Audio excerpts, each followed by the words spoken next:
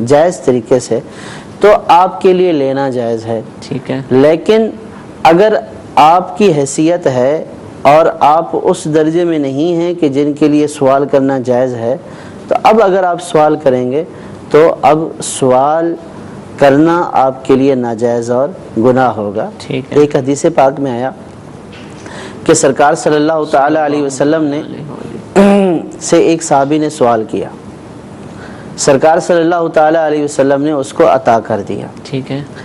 عطا کرنے کے بعد سرکار صلی اللہ تعالی علیہ وسلم نے ان کو نصیحت فرماتے ہوئے ارشاد فرمایا کہ دیکھو یہ دنیا کا مال یہ سرسبز و شاداب ہے، یہ بظاہر بہت میٹھا ہے، تو اس لیے انسان اس کی طلب کرتا ہے، لیکن یہ یاد رکھو کہ جو لوگوں سے سوال کرے گا قیامت والے دن اس کے چہرے کے اوپر سیاہ دھبے ہوں گے، اور اس کا چہرہ، اور ایک اور روایت میں کہ اس کے چہرے کے اوپر گوشت نہیں ہوگا. تو یہ یعنی کہ جو سوال کرنے والا ہے لوگوں سے بلا ضرورت جو سوال کرتا ہے، تو اس کا چہرہ بروز قیامت ایسی صورت میں ہوگا، اس کی ایسی شکل ہوگی چیچک زدہ، جس طرح چیچک کے نشانات ہوتے، ایسا ہوگا کہ سب لوگوں کو یہ پتہ چل جائے گا کہ یہ وہ لوگ ہے کہ جو لوگوں سے بلا وجہ سوال کیا کرتا تھا.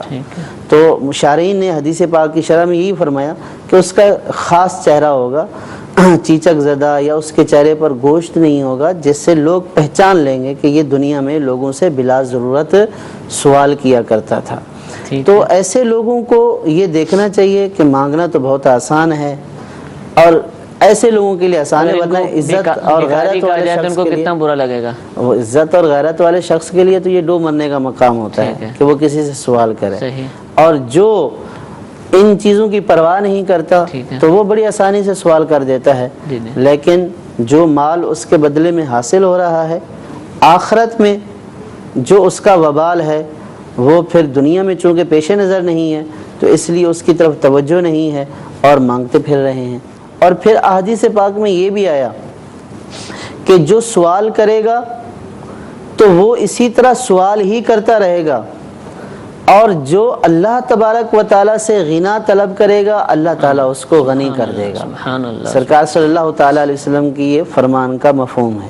تو آپ دیکھیں کہ جو لوگوں سے سوال کرتا پھرتا ہے تو آپ اس کو سوال کرتا پھرتا ہی دیکھیں گے. بالکل ایسے ہی. آپ ایک شخص جو مسجد میں سوال کر رہا ہے تو آپ اگلے سال بھی رمضان میں اس کو دیکھیں گے وہ سوال ہی کر رہا ہے. جو محنت کرتا ہے، جو محنت کر رہا ہے اللہ تعالیٰ اس کو غنی کر دے گا. تو سرکار صلی اللہ تعالیٰ علیہ وسلم نے سوال کرنے سے منع فرمایا ہے، اور فرمایا ہے اللہ تعالیٰ سے غنا طلب کرو کہ اللہ تبارک و تعالیٰ اپنی رحمت سے تمہیں غنی کر دے گا. اگر تم سوال کرو گے تو پھر اس سوال سے تمہارے رزق میں تو کوئی برکت نہیں ہوگی، بلکہ جہاں پہ تھے وہیں پہ کھڑے رہو گے، اور پھر ساری زندگی لوگوں سے سوال ہی کرتے رہو گے. تو اس لیے لوگوں سے بلا ضرورت سوال کرنے سے ضروری طور پر اجتناب کرنا چاہیے، ہر صورت میں بچنا چاہیے. ٹھیک ہے. جزاک اللہ. اللہ تعالیٰ ہمیں اپنے سوا دوسروں کی محتاجی سے زندگی بھر مرتے دم تک محفوظ فرمائے، قناعت کی دولت عطا فرمائے، اپنی رضا پر راضی رہنے کی توفیق عطا فرمائے. سلسلے کا وقت ختم ہو چکا ہے. انشاءاللہ کل دوبارہ اسی وقت دارالفتاح اہل سنت کے سلسلے کے ساتھ حاضر ہوں گے. اللہ تعالیٰ ہم سب کو عمل کی توفیق عطا فرمائے. آمین بجاہ النبی الامین. صلو علی الحبیب صلی اللہ تعالی علی محمد صلی اللہ علیہ وسلم.